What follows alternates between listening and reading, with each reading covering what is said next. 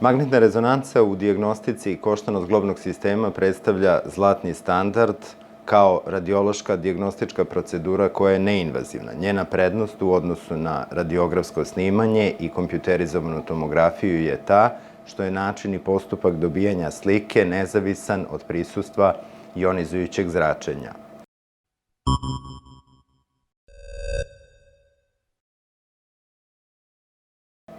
Na pregled magnetnom rezonancom muskuloskeletnog sistema najčešće dolaze oni koji su upućeni od strane ortopeda, fizijatra i neurologa sa ciljem procene ekstenzivnosti sportskih povreda kao i adekvatnog prikaza određenih patoloških procesa koji po tipu tumorskih lezija u određenim regijama koštano-zglobnog i mišićnog sistema se prikazuju kao izrasline.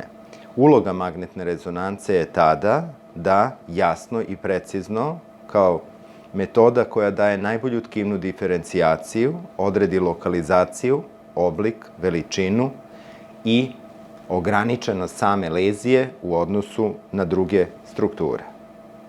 Prednost magnetne rezonance u pravovremenom prikazu određenog patološkog stanja je takva da nakon određenog terapijskog pristupa ili hiruškog lečenja predstavlja osnovu za praćenje i za kontrolu učinjenog terapijskog efekta.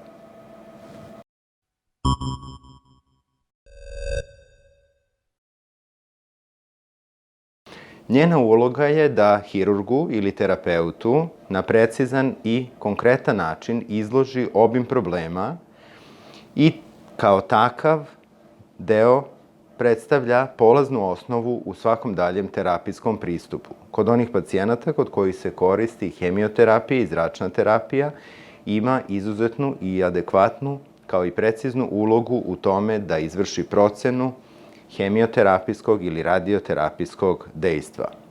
Nakon snimanja u protokolom predviđenom periodu imamo za cilj da pokaže uspešnost tog hiruškog lečenja ili fizikalnog terapijskog pristupa, da da procenu odgovora na tu medikamentoznu i hemioterapiju.